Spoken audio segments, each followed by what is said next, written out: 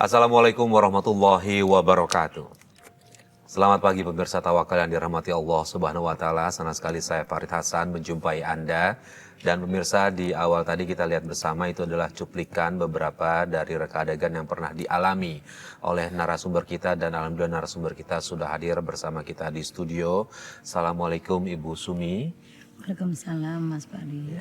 Selain Ibu Sumi, pemirsa juga sudah hadir bersama kita Bapak Ustadz Muhammad Ziyad. Assalamualaikum Pak Ustadz. Waalaikumsalam warahmatullahi wabarakatuh. Apa kabar Mas Farid? Alhamdulillah baik Pak Ustadz. Pak Ustadz sehat ya? Sama-sama sehat. Baik. Ibu Sumi, langsung saja Ibu Sumi datang ke Tawakal. Ibu Sumi katanya mau cerita banyak masalah di sini ya. Sampai tadi kita juga melihat ada beberapa reka adegan yang Ibu Sumi alami nih. Boleh cerita ke kita awalnya seperti apa sampai itu bisa kejadian? Begini Mas, ya Pak Ustadz, saya punya anak perempuan, jadi sering ngelawan Pak Ustadz sama saya. Tiap hari itu membangkang, bahkan dia mengiris tangan saya Pak Ustadz, kabur ke rumah saya. Pokoknya itu anak saya tuh benar-benar nyakitin banget Pak Ustadz. Baik, Bu Sumi, itu gimana ceritanya sampai anak sampai berani gitu mau melukai Ibu pakai pisau? Iya Mas, jadi dianya kabur. Saya cari, saya tuh udah kemana-mana Mas nyarinya, sampai hampir jatuh saya di kereta. Saya temukan aja di rumah abang saya. Di sana saya nasihatin, saya ajak pulang. Saya kasihan karena dia cewek. Tetap membangkang dan sampai dia melukai saya pakai pisau Mas. Nah, itu Ibu ngomong apa sampai dia marah kayak begitu? Saya nasihatin karena dia perempuan. Jangan sampai begini, dia juga akan jadi ibu. Tapi dia tetap nggak mau Mas. Pokoknya dia mau dengan diri dia sendiri aja. Oke, yang menyebabkan dia pengen dia kabur tuh apa? Mungkin dia belum terima Mas, karena kami tadinya tinggal di rumah sendiri. Sekarang kami pindah ke rumah kontrakan Mas. Rumah kontrakan. Belum terima hidup susah. Tante aku pasin ya. Sampai itu, bentar ya. Waalaikumsalam.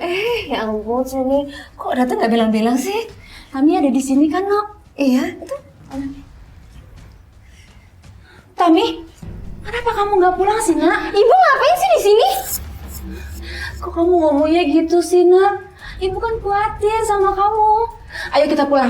Tami, ikut ibu ya. Kasihan ibu. Enggak, aku nggak mau. Udah sana ibu pergi. Aku nggak mau hidup susah sama ibu.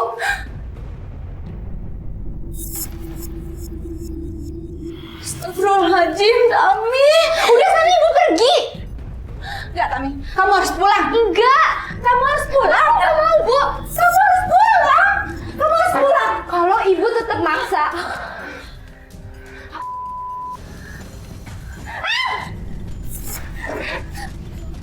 Astagfirullah. Ayo, kita ke klinik sekarang. Boleh tahu kenapa bisa berubah, apa penyebabnya gitu, dari mulai rumah sendiri sampai akhirnya pindah ke kontrakan? Saya punya suami Mas, ayahnya itu perkosa pembantu.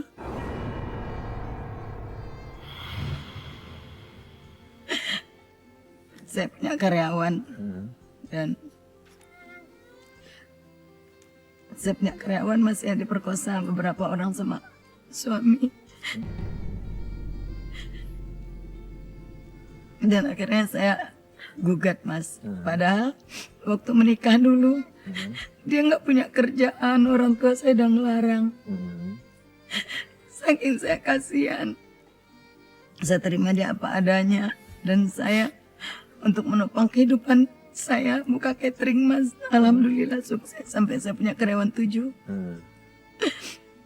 Namun beberapa pembantu diperkosa Mas. Yang paling sakitnya saya beserta anak saya yang pertama menyaksikan dia tidur di tempat tidur sama pembantu Mas. Mas, kapan jalan ke Bali? Iya, nanti pasti sayang. Apa sih yang nggak buat kamu? Makasih ya Mas ya. Iya, sama-sama. Astagfirullahaladzim! Mas! Apa-apaan ini? Ngapain kamu sama Vira? Dia itu karyawan aku! Tega kamu Mas! Papa selingkuh! Papa jahat! Kamu lihat Mas,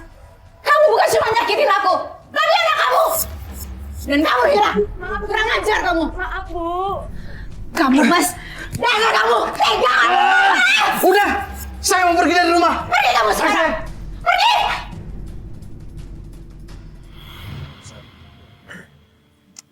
Ini kita berdua turut prihatin ya, Ibu ya, atas yang terjadi ya Bu ya. Cuma anak lagi-lagi nih Pak Ustadz nih, menyaksikan itu semua sampai akhirnya anaknya berontak dan mencoba melawan ibu. Tapi itu apa yang dilihat dari perilaku bapaknya nih Pak Ustadz. Iya, para pemirsa sekalian, saya nyaris tanpa kata-kata tadi ketika mendengarkan kisah tadi betapa tragisnya seorang istri yang meniti kehidupan ekonomi yang membaik, tapi kemudian menyaksikan suaminya kemudian tiba-tiba perangainya sangat buruk seperti itu hingga mohon maaf melakukan tindakan asusila atau pelecehan seksual, bahkan berhubungan yang melampaui dari batas norma agama. Tapi kita ingin menggeser sedikit Mas Farid. Tadi kan kisah tentang anaknya tadi sampai dan kenapa anaknya tadi itu muncul perang ya? Karena menyaksikan bapaknya. Jadi anak ini sesungguhnya kan mencari teladan di rumah itu. Siapa teladan di rumah? Teladannya itu ya orang tuanya, bapak dan ibunya. Makanya kenapa Rasulullah SAW meminta memperbaiki akhlak kita itu, ketika kita akhlak baik maka maaf anak-anak kita juga akan ikut pada kita gitu loh.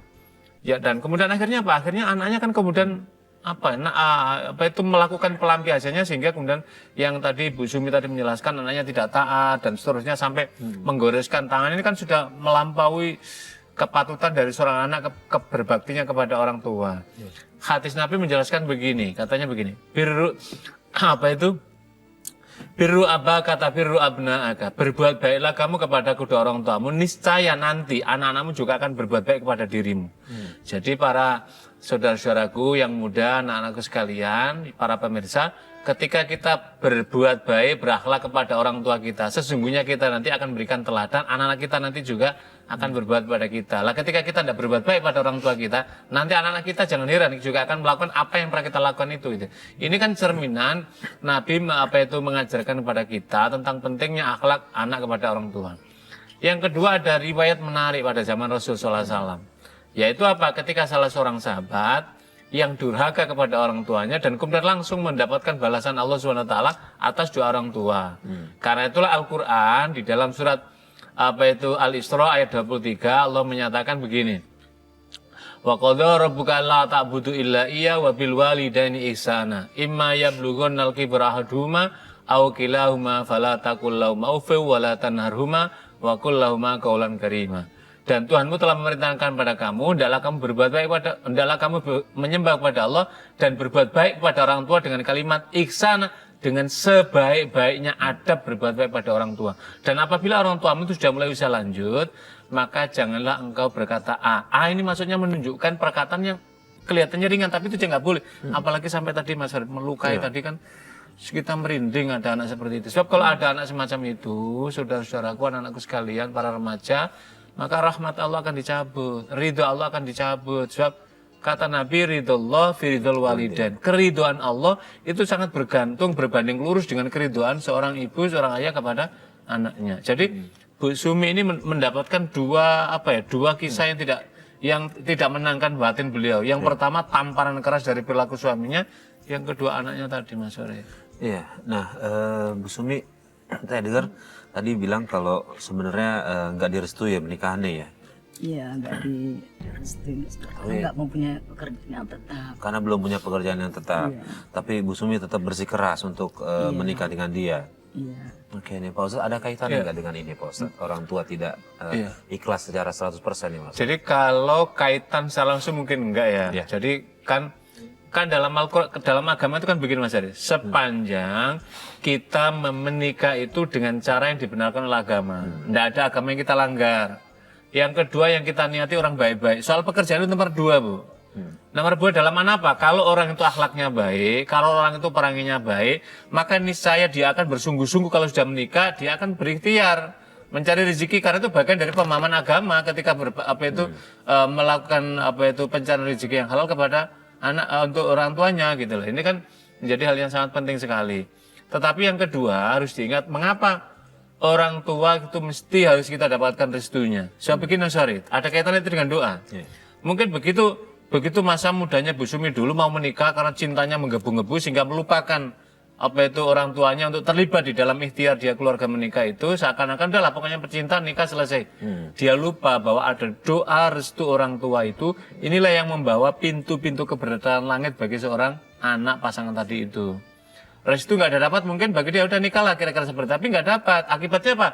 Kalau orang tua itu merestui, maka doa lisan orang tua tidak akan dintinya, ya Allah rahmati keluarga anakku, berkahi dia, murahkan rezeki. Nah, mungkin ketika Bu Sumi melakukan tadi itu, doa-doanya tidak pernah lagi bersenandung, berucap dari orang tua. Sehingga apa? Langit itu kayak ada hijab antara langit dengan tadi. Jadi kendati pun kita mungkin Bu Sumi tadi kisah sukses, rantangan apa itu konsumsinya laris misalkan, cateringnya, tetapi harta yang banyak tidak berkah apa?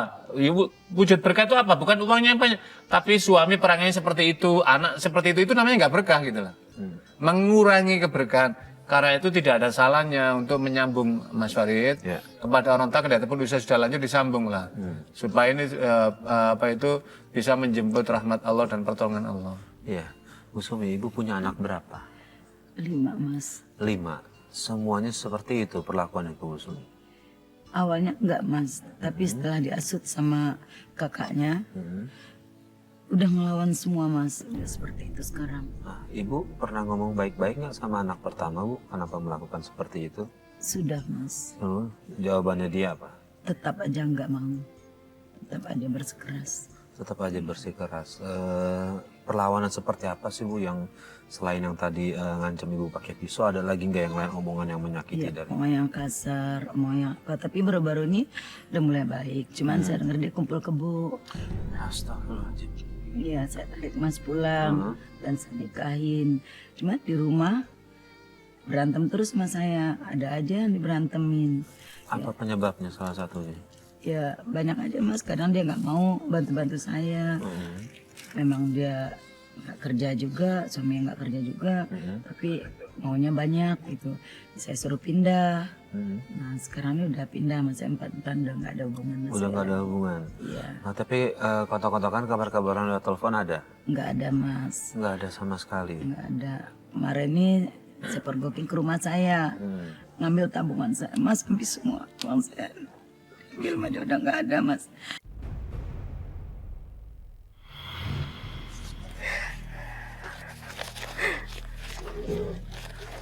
Astagfirullahaladzim, Tami.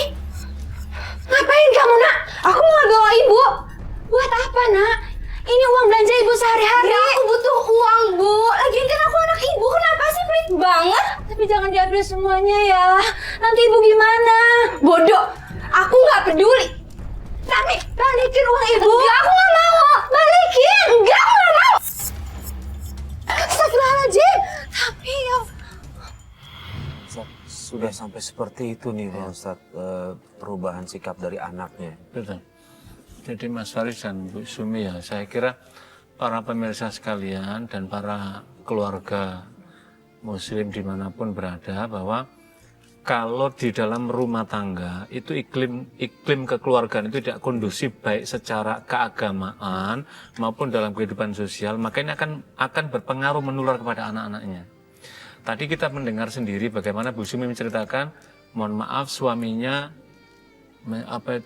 bahasanya ya bergumul dengan para pembantu yang di rumah, yang tadi yang membantu, dan anaknya sama Bu Sumi menyaksikan. Maka ketika anak menyaksikan ini apa? Anak seakan-akan mendapatkan legitimasi dalam dirinya ketika nanti dia dewasa, loh bapak saya saja dulu melakukan begini, saya kira-kira begitulah dorongan tadi itu.